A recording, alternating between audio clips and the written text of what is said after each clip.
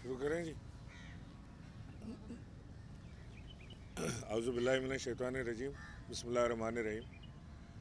इस वक्त जो इस्लामाबाद में जो हम देख रहे हैं तमाशा पिछले 2-3 दिन से सिंध हाउस में लगा हुआ है, जिसमें ख़रीदो फ़रोख्त और सौदेबाजी वहाँ पर हो रही है और जिसको बड़ा अच्छा पेश किया जा रहा है टीवी पर आके। तमाम जो लीडरान कराम हैं वो टेलीविज़न पर आके इस बात की वजाहत दे रहे हैं कि वो जो काम हो रहा है वो बिल्कुल जायज़ हो रहा है और इसमें कोई कबात नहीं है।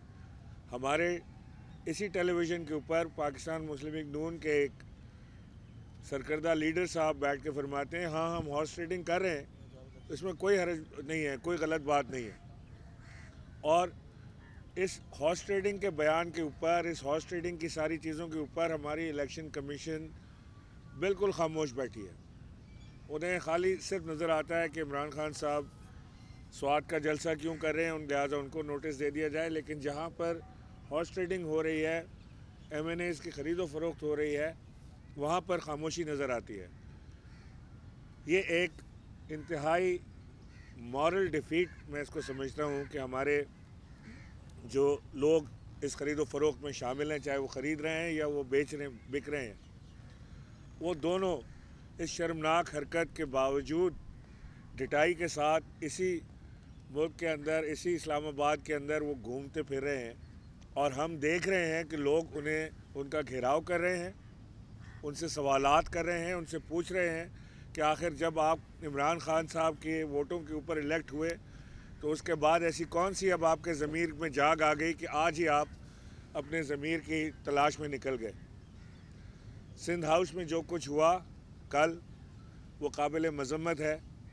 जो हमारे वर्कर्स वहाँ पर गए, उसकी किसी तरह भी उसकी तारीफ़ नहीं की जा सकती। वो एक काबिल मज़म्मत फ़ेल था जिसके ऊपर इमरान खान साहब ने भी सख्ती से नोटिस लिया, जिसके ऊपर हमारे शाह महमूद कुरैशी साहब, असद उमर और दीगर वज़रा ने भी सख्ती से नोटिस लिया और सख्ती से तंबीह की गई अपने वर्कर्स को कि आइंदा किसी ऐसी हरकत में ना जाएं जो ख़िलाफ़ कानून साबित हो।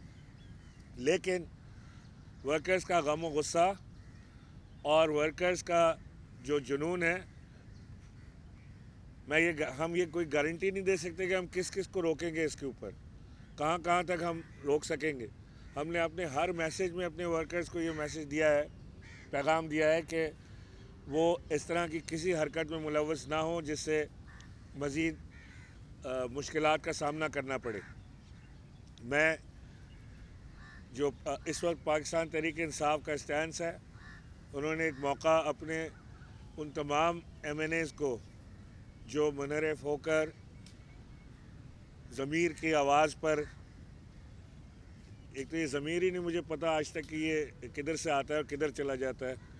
ये सारे टाइम सोता रहता है, ये उसी टाइम जागता है जब वोट ऑफ नो कॉन्फिडेंस या वोट ऑफ कॉन्फिडेंस की बारी आती है। उसी वक्त सारे ज़मीर जाग जाते हैं, उसके बाद वो ज़मीर कहीं चला जाता है वापस। बहरहाल उनको हमने एक मौका दिया है कि अब 7 दिन के अंदर वो अगर फ़ैसला करते हैं वापस अपनी जमात में आने का और अपने ज़मीर के साथ, जो असल ज़मीर जहाँ पर होता है उसके साथ बैठकर वो बात करने को तैयार हैं, तो हम भी उनसे बात करने के लिए तैयार हैं। लेकिन जो लोग ये फ़ैसला कर चुके हैं या पैसा ले चुके हैं या वजारत के वादे पर जा चुके हैं या बहुत दूर निकल गए हैं इस मामले में, उन्हें फिर अल्लाह हाफिज़। लेकिन ये मैं आपको बता दूं कि ये सारे लोग, ये जिस दिन इमरान खान साहब वोट ऑफ नो कॉन्फिडेंस जीत जाते हैं, उस दिन आप देखेंगे कि ये सारों के ज़मीर दोबारा जाग जाएंगे और ये फिर सब वापस उसी दर पे हाजिर होंगे कि जी हमसे गलती हो गई थी, हमें तो गलत बताया गया था। यानी कोई खुदा का खौफ है। एक MNA कह रहे हैं कि जी मेरे इलाके में PMT नहीं लगी, लिहाजा मैं अब छोड़ के जा रहा हूँ, तो वो आसिफ जरदारी से PMT लगवाने जा रहे हैं। दूसरे कह रहे हैं कि जी करप्शन वज़ीर आज़म इमरान खान के दौर में बढ़ गई है, तो लिहाजा वो ज़मीर की आवाज़ पे नवाज़ शरीफ और आसिफ जरदारी और फजलुर रहमान के साथ बैठ के करप्शन ख़त्म करने जा रहे हैं। ये इन लोगों का अवाम ने मुहासबा करना है, इनके अपने इलाके के हल्के के लोगों ने मुहासबा करना है। हमें किसी को कहने की ज़रूरत नहीं है, लेकिन इनका मुहासबा इनके अपने हल्के के लोग करेंगे। वो लंदन में मुंह दिखाने के काबिल नहीं होते, जब बाहर निकलते हैं तो लोग उन्हें पकड़ते हैं। ये पाकिस्तान में मुंह दिखाने के काबिल नहीं रहेंगे, इनसे अवाम इनसे पूछेगी कि आपने ये क्या किया। मैं आप टेलीविज़न के ज़रिए मैं ये बात बिल्कुल वसूख से आपसे कह रहा हूँ कि OIC के फ़ौरन बाद इमरान खान साहब के पास एक ज़बरदस्त तुरुप का पत्ता है, जो वो जब अपनी चाल चलेंगे, अपने तुरुप का पत्ता चलेंगे, हैंड्स डाउन इंशाल्लाह ये हम वोट ऑफ नो कॉन्फिडेंस से हम सुखरू होकर निकलेंगे, हम जीतेंगे और इमरान खान मज़ीद पावरफुल वज़ीर आज़म के तौर से बाहर निकलेंगे। मैं अभी ये देख रहा हूँ कि बिलावल भुट्टो साहब ने भी एक धमकी दी है कि देखते हैं कि OIC कॉन्फ्रेंस कैसे होती है। बड़े अफसोस का मकाम है कि अगर OIC पाकिस्तान तहरीक इंसाफ के लिए नहीं है, OIC इस पाकिस्तान के लिए है। ये पाकिस्तान के इमेज, पाकिस्तान की बका, पाकिस्तान के लिए, पाकिस्तान का दुनिया भर में एक जो तस्वुर है पाकिस्तान का, उसको बढ़ाने के लिए है। ये 15 साल के बाद OIC हो रही है और वो वहाँ बैठ के कह रहे हैं कि देखता हूँ OIC कैसे होती है पाकिस्तान में। तो मैं भी ये जवाब देना चाहता हूँ कि मैं देखता हूँ कि कौन माई का लाल OIC पाकिस्तान में होने से रोक सकता है। कमाल है, या ये स्टेट है, पाकिस्तान मुमलिकत है, या ये कोई चिड़ियाघर बना हुआ है कि जिसकी जो मर्ज़ी करता रहेगा। OIC भरपूर तरीके से होगी, जैसे डिज़ाइन की है उसी तरह होगी, पुरअमन तरीके से होगी, और कोई OIC के अंदर अगर रनखा डालेगा तो उससे स्टेट अपने तरीके से निमटना जानती है और निमटेगी।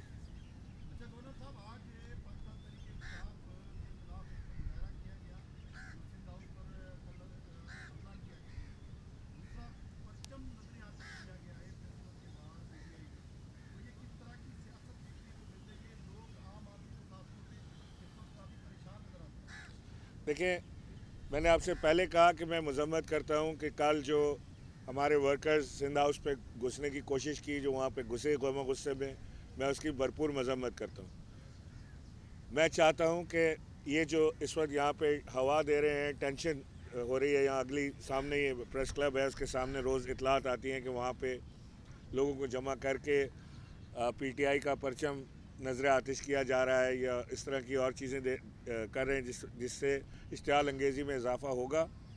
तो ये सिंध हुकूमत का काम है कि वो इन सारी कार्रवाइयों को रोके, और जो बयानबाजी सिंध हुकूमत के ज़िम्मेदारान कर रहे हैं अपने वर्कर्स को इश्तियाल दिलाने के लिए, उसका भी नोटिस ले, और उसका नोटिस लेके वो भी इलेक्शन कमीशन को चाहिए कि वो नोटिस लें और उसको देखें।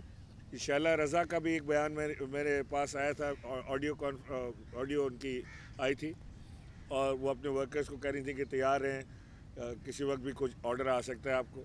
तो ये खाने जंगी की तरफ ले जाना चाहते हैं, लेकिन मेरी ये इनसे दरख्वास्त है कि इस मामले को वर्कर्स को इन्वॉल्व करने से आप ख़राबी की तरफ जाएंगे।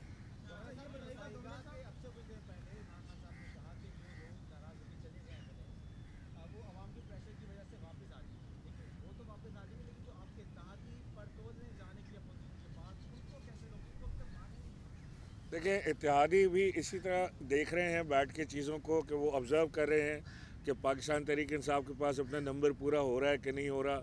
वो अपने ऑप्शंस वे कर रहे हैं, काफ लीग अपने ऑप्शंस देख रही है, MQM अपने ऑप्शंस देख रही है। वो अपना फ़ैसला करेंगे जब वक्त आएगा। फ़िलहाल वक्त ये है कि हमारे जो MNAs इधर उधर गए हैं या जो जाने के लिए पर तोल रहे हैं, उन्हें हमें समेटें और उन्हें वापस बुलाएं। तो वज़ीर आज़म का जो पैगाम है,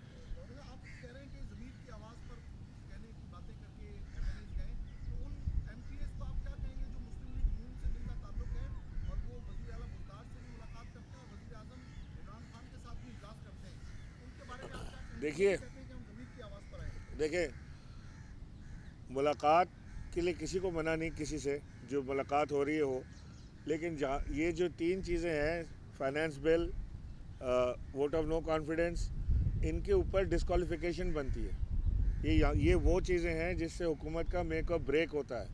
अगर कोई MPA या कोई MNA वज़ीर आज़म से अपने हलके की तरक्की के लिए बात करना चाहता है तो ज़रूर करे, लेकिन जिस वक्त वो मुनहरफ होगा अपनी जमात से और वो वोट करेगा वज़ीर आज़म के लिए, उस वक्त वो डिफेक्शन क्लॉज उस पर लगती है, वहाँ उसके ज़मीर का सौदा नज़र आता है। हमने किसी एक MNA को, स्टेट होने के बावजूद, स्टेट के पास बड़ी ताकत होती है, स्टेट के पास डंडा होता है, स्टेट के पास पैसा होता है, स्कीमें होती हैं, इसकी स्टेट के पास हज़ार तरीके होते हैं, स्टेट के पास मशीनरी होती है जो किसी के ख़िलाफ़ इस्तेमाल हो सकती है या किसी के लिए इस्तेमाल हो सकती है।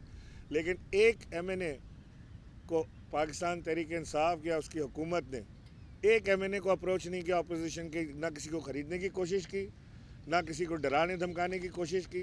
कर सकते थे ये काम इमरान खान साहब अगर अपने 2-3 लोगों को कह देते तो ये काम हो सकता था बड़े आराम से। ये जो नंबर्स आप हमारे देख रहे हैं, इनकी तो मजाल नहीं थी जाने की।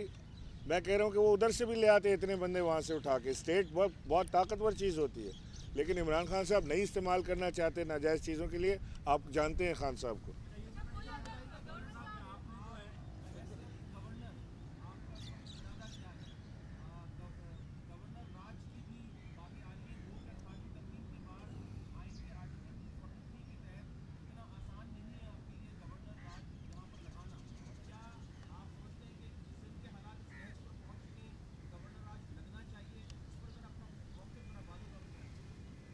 देखें, सिंध के हालात तो हम सब के सामने हैं। सिंध में लॉ एंड ऑर्डर की सिचुएशन की प्रॉब्लम्स हैं। सिंध में हमारे जो सहाफ़ी आप लोगों की बरादरी के लोग हैं जो मारे जाते हैं, जिनका पता नहीं लगता उसके बाद वो क्या हुआ। अभी हाल ही में ये जोखियों वाला केस हमारे सामने है। हमारे पास सिंध में ये जो हम देख रहे हैं, मुसलसल तरीके से हम देख रहे हैं कि सिंध के अंदर जो लोगों की ज़िंदगी अजीरन होती जा रही है। कुत्तों की वैक्सीन यहाँ पे नहीं है, अस्पतालों में दवाइयाँ नहीं हैं, स्कूलों में भैंसें बंधी हुई हैं। इन सब के बावजूद हम हमेशा कहते रहे हैं कि गवर्नर राज ऑप्शन नहीं है। सिंध का या किसी भी सूबे के अंदर गवर्नर राज लगाना एक मुनासिब ऑप्शन नहीं होता किसी के पास। ये पीपल्स पार्टी की गवर्नमेंट थी जिसने पंजाब में गवर्नर राज लगाया था। वहाँ जायज़ था, यहाँ नाजायज़ है। हर चीज़ पंजाब में जायज़ हो जाती है, सिंध में नाजायज़ हो जाती है। लेकिन ये बात मैं वाज़े कर दूँ कि जिस वक्त वज़ीर आज़म इमरान खान ने मुझे कहा गवर्नर राज लगाने के लिए, एक से दूसरा सेकंड नहीं लगाऊंगा मैं। ये मेरे अब इमरान खान मेरे लीडर हैं, वो जैसे ही मुझे कहेंगे बिला झिझक मैं ये काम कर दूंगा। लेकिन मुझे ऐसा कोई नहीं लगता कि वज़ीर आज़म का कोई ऐसा मूड है कि वो गवर्नर राज लगाना चाहते हैं।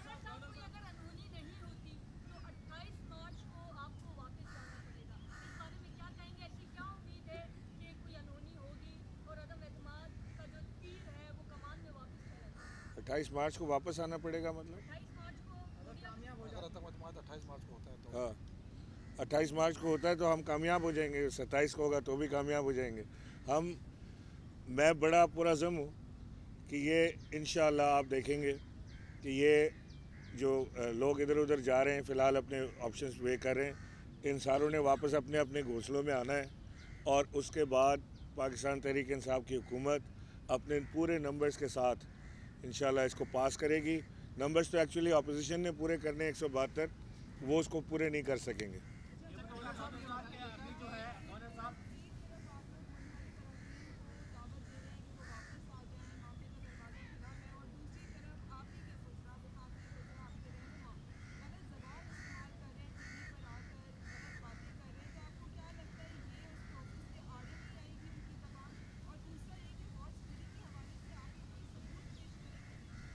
उन्होंने नंबर वन तो ये कि जो आपने कहा कि गलत ज़बान इस्तेमाल करें, उनको नहीं करनी चाहिए। लेकिन इस वक्त टेम्परेचर्स इतने हाई हैं और गुस्सा इतना है कि मुझे भी इस वक्त आपसे बात करते हुए जब उनका जिक्र करता हूँ तो अपनी ज़बान संभालनी पड़ रही है मुझे। ज़ाहिर है कि जो लोग कल तक, यानी रमेश कुमार बैठा कह रहा है कि जी मुझे आप वजारत दे दें, वज़ीर आज़म से बात करें, मुझे वजारत दे दें, मैं आपके साथ हूँ। बस इतना ही था कि उसको वजारत का नहीं दिया तो वो वहाँ से उठ के चला गया। वो वज़ीर आज़म से इस्तीफ़ा मांग रहा है। अब दिल तो करता है कि पूछें कि तेरी औकात क्या है, कि तुम हो कौन, रिज़र्व सीट पे तुम आए हो, मिन्नतें समाजतें तुमने की, पैर तुमने पकड़े इस सीट पे आने के लिए, इस नंबर पे, नंबर 3 पे अपना नाम डलवाने के लिए क्या क्या नहीं किया इसने। और अब आके बता रहा है वज़ीर आज़म को कि मेरा ज़मीर जाग गया क्योंकि मुझे वजारत नहीं मिली। उसको कभी वजारत मांगता था, कभी वो क्या अपना नहीं ये जो हेरिटेज बिल्डिंग्स होती हैं इसके लिए क्या, एनीवेज ये वो कहते थे कि मुझे एडवाइज़र ले लें इसके लिए हॉट ना ना यार, एनीवेज तो वो कहते थे कि जी मुझे आप इसके लिए वो ले लें, वो बना लें, एडवाइज़र बना लें मुझे इसके लिए, और मैं यहाँ काम करना चाहता हूँ। उस पर भी वज़ीर आज़म ने इसको मना किया। जब भी सारी चीज़ों पे मना हो जाता है तो उसके बाद फिर अब आप आ जाते हैं कि जी अब वज़ीर आज़म को इस्तीफ़ा दे देना चाहिए क्योंकि मैं कह रहा हूँ। तुम हो कौन इस्तीफ़ा मांगने वाले वज़ीर आज़म से?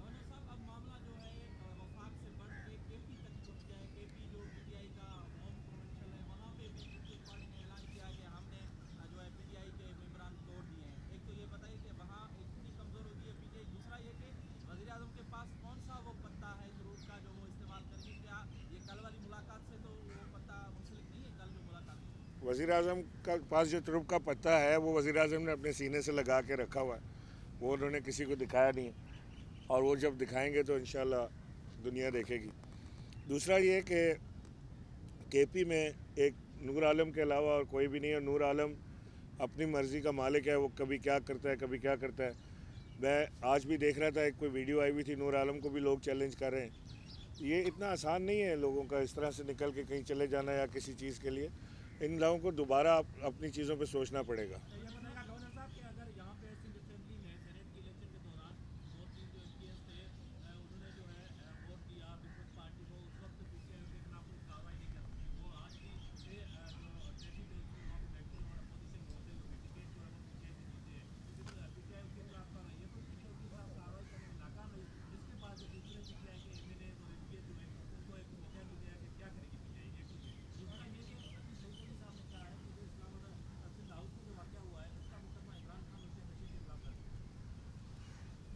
बेशक करें, जहाँ जिधर मुकदमा दर्ज करना है करें। आज़ाद मुल्क है, आज़ाद लोग हैं, हमने कौन सी कदगन लगाई हुई है। वो करें जितने मुकदमात दर्ज करने हैं, लेकिन अपने मुकदमात पहले देख लें जो उनके ऊपर करप्शन के सारे मुकदमात लगे हुए हैं, कत्ल इक़दाम कत्ल के मुकदमात लगे हुए हैं, जो उनकी पार्टी के अंदर मनी लॉन्ड्रिंग के इक़दाम लगे हुए हैं। इंशाल्लाह उसको हम बहुत तेज़ करने वाले हैं।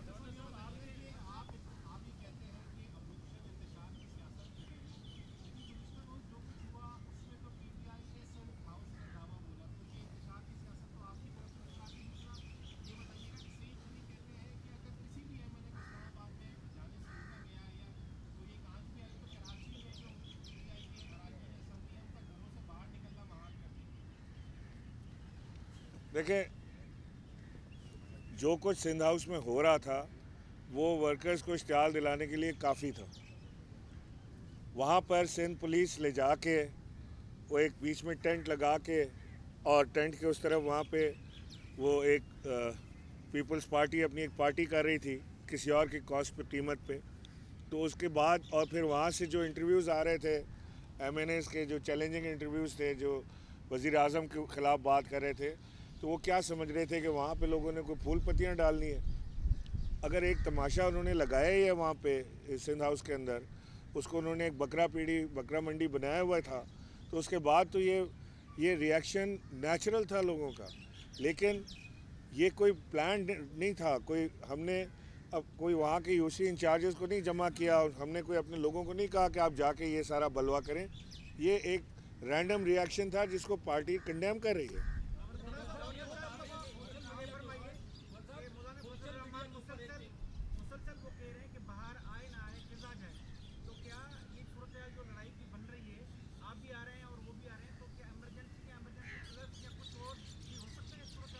आप क्या कह रहे हैं तलत?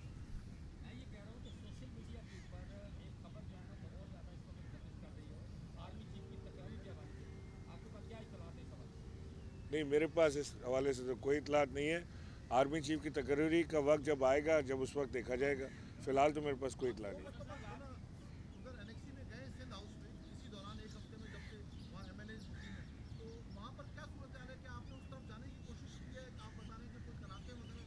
है। नहीं, मैंने न उस तरफ जाने की कोशिश की। वो अगर हम आप लोगों में से जो गए हैं उन्होंने देखा होगा, जब गेट के अंदर जाते हैं राइट साइड पे गवर्नर हाउस है, लेफ़्ट पे चीफ मिनिस्टर हाउस है, और सामने MNAs हॉस्टल है।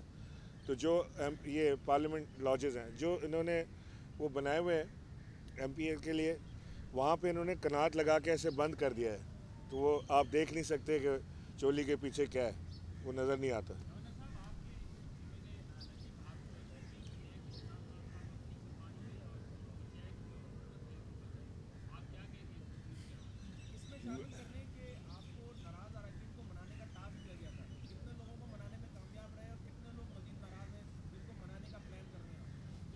मैं नजीब हारून साहब का क्या बोलूँ, मतलब एक बेवकूफ़ाना उनकी बयान है, उसके ऊपर मैं क्या कमेंट करूँ।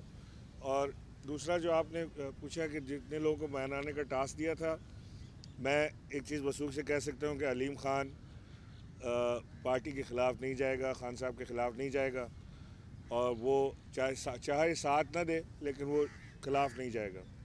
नंबर 2 ये कि मेरे पास जहांगीर तरीन के लिए था, जहांगीर तरीन की सेहत ठीक नहीं है, मेरी उनसे बात नहीं हो सकी। मैंने उन्हें टेक्स्ट किया था, मैंने उनकी खैरियत पूछी थी, उनका जवाब आया था कि मैं खैरियत से हूँ। मैंने उनसे पूछा कि क्या आप बात कर सकते हैं, तो उन्होंने कहा कि मैं इस वक्त, मुझे डॉक्टर्स ने मना किया हुआ है, तो जैसे मुझे इजाज़त मिलेगी तो मैं आपको फ़ोन करके बात करूँगा। आप जब भी किसी को मनाने जाते हैं तो आपको पॉजिटिव वाइब्स आती हैं। कल एक बनी गाला में बड़ी अहम मुलाकात हुई मेरे साथी महबूब सक्सेस से, तो वहाँ से भी पॉजिटिव वाइब्स आई हैं या वहाँ से भी नेगेटिव वाइब्स आई हैं? नहीं जी, बड़ी आप क्या चाहते हैं? बताएं ना आप बड़ी बहुत पॉजिटिव वाइब्स हैं। तमाम जो मीटिंग्स वज़ीर आज़म कर रहे हैं उसमें इंतहाई पॉजिटिविटी है, उसमें कोई नेगेटिविटी नहीं नज़र आ रही। और इंशाअल्लाह आप ये देखेंगे कि ये जिस वक्त ये नज़दीक पहुँचेगा तो आपके इन सारे सवालों के जवाब आपको इकट्ठा मिलेंगे इंशाअल्लाह।